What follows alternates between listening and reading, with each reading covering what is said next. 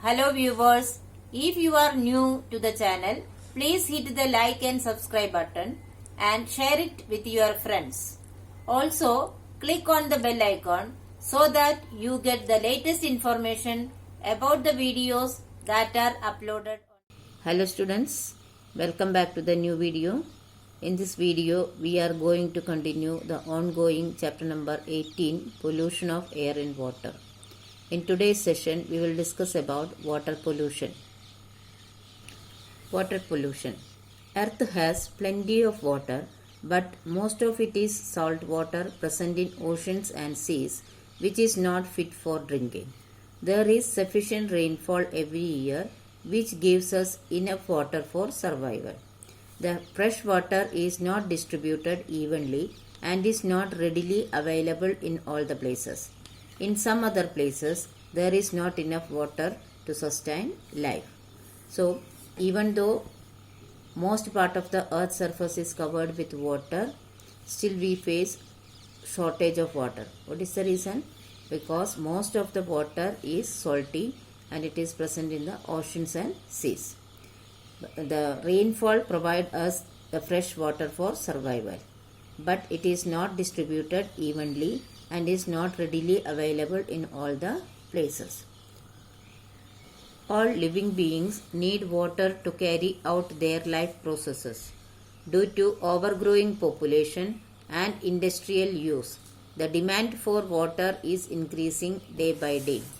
However, the water gets polluted due to various activities and causes diseases such as diarrhea, jaundice and cholera. Scarcity of water and polluted water kill millions of people every year. The contamination of water bodies such as lakes, rivers and oceans with unwanted chemicals and various human activities making it unfit for usage is called water pollution. So what is water pollution? It is the process by which the water becomes unfit for usage. These are the contamination of water bodies with unwanted chemicals and due to the various human activities. The water becomes unfit for usage. This is called water pollution. Now let us discuss about the sources of water pollution. Following are some of the major sources of water pollution.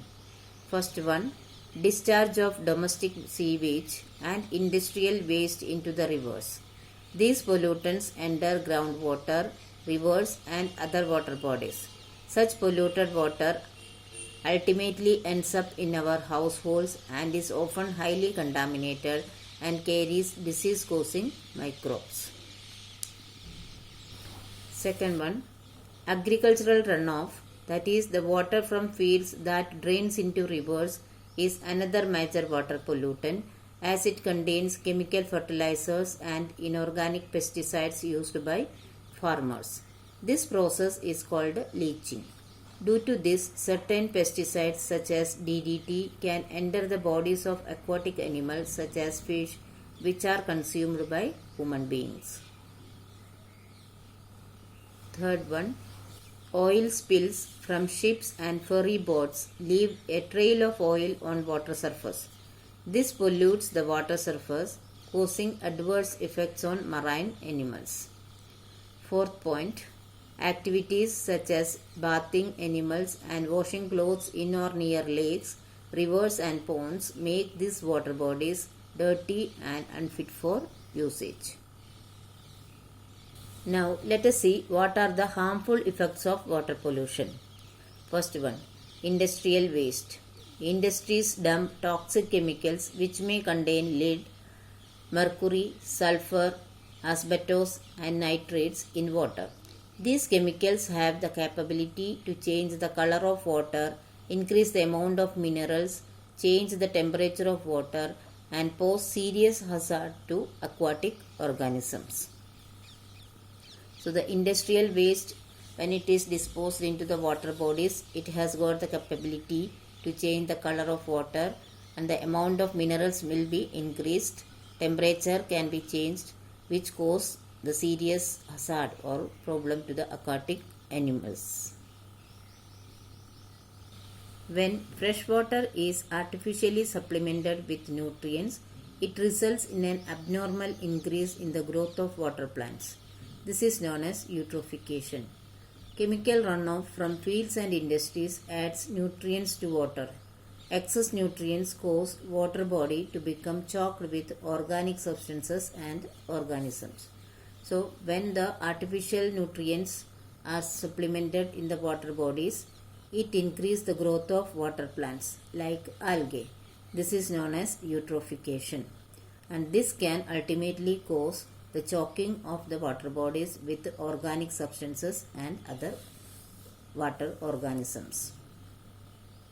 When organic matter exceeds the capacity of the microorganisms in water that break down and recycle the organic matter, it encourages rapid growth or blooms of algae.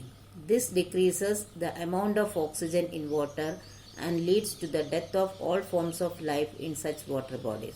So, rapid increase in the growth of algae, that is known as blooms of algae, decreases the amount of oxygen in water and leads to the death of all forms of life in such water bodies.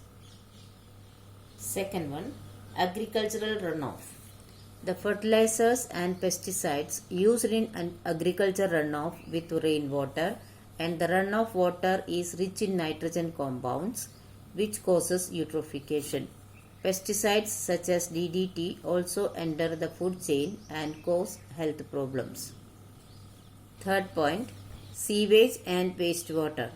The sewage and wastewater that is produced by each household is chemically treated and released into the water. Sewage water carries harmful bacteria and chemicals that can cause serious health problems. Fourth one, marine dumping. In many countries, the garbage produced by each household in the form of paper, aluminium, rubber, glass, plastic, and food is collected and deposited into the sea. This not only causes water pollution but also harms marine life. Fifth one, accidental oil leakage.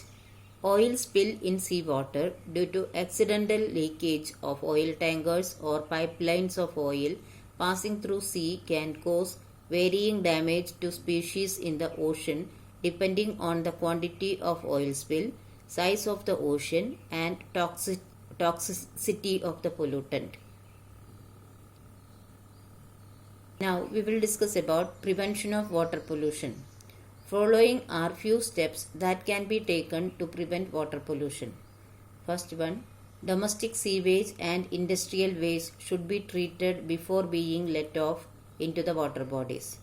Second one, use of biodegradable fertilizers and pesticides should be encouraged. Third one, activities like bathing and washing clothes near water bodies should be avoided. Fourth one, rules to control pollution enforced by the government should be followed strictly. Now we will discuss about the water purification methods. The water suitable for human consumption is called potable water. The potable water should be free of harmful germs and chemicals. Different methods are used to make the water potable. So what is meant by potable water? The water that can be safely consumed by the human beings is called potable water. Household methods for purification. The easiest way to purify water at home is to boil it for 10 to 15 minutes. This method kills harmful microorganisms in the water. Another physical method to purify water is using a candle filter. It is a popular household filter. Nowadays, electric water filters are also available for purification of water. They have a microporous filter to strain physical impurities such as dust, rust and mud, carbon to absorb organic impurities and remove unwanted taste and odor, and a source of UV radiation to kill microorganisms.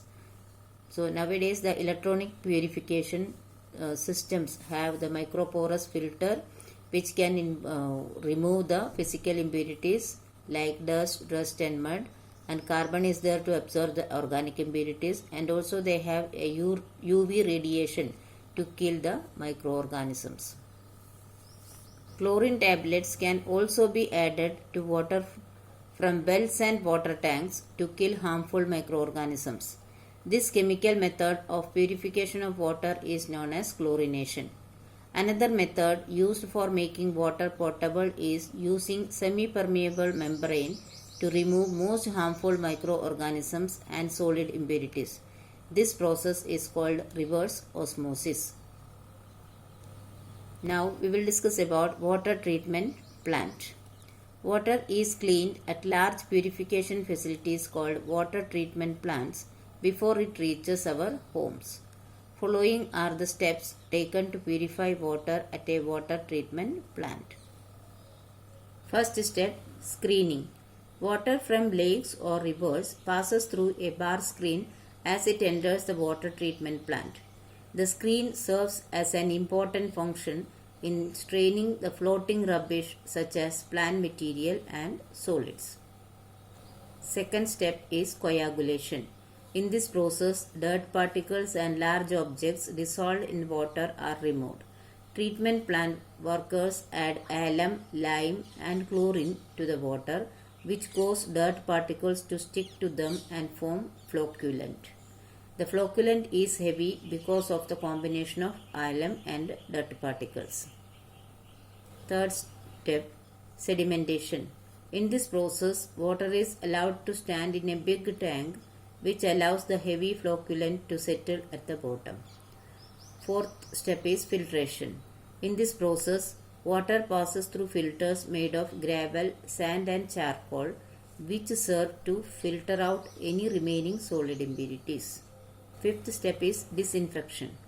In this process, water goes into a closed tank or reservoir. Chlorine and other disinfecting chemicals kill any remaining microorganisms or bacteria in the water and help to keep the water clean until distribution. If a water treatment facility uses groundwater as its only water source, disinfection may be the only step required to sufficiently treat the water. After it is disinfected, the purified water is collected in a closed tank or reservoir until it flows through the pipes for distribution to homes and offices. So students, I hope you have understood the topics very well. But still, if you have any doubt, you can write in the comment section. I will surely try to solve it as early as possible. Here are some review questions. Please solve it in your notebook. Thank you.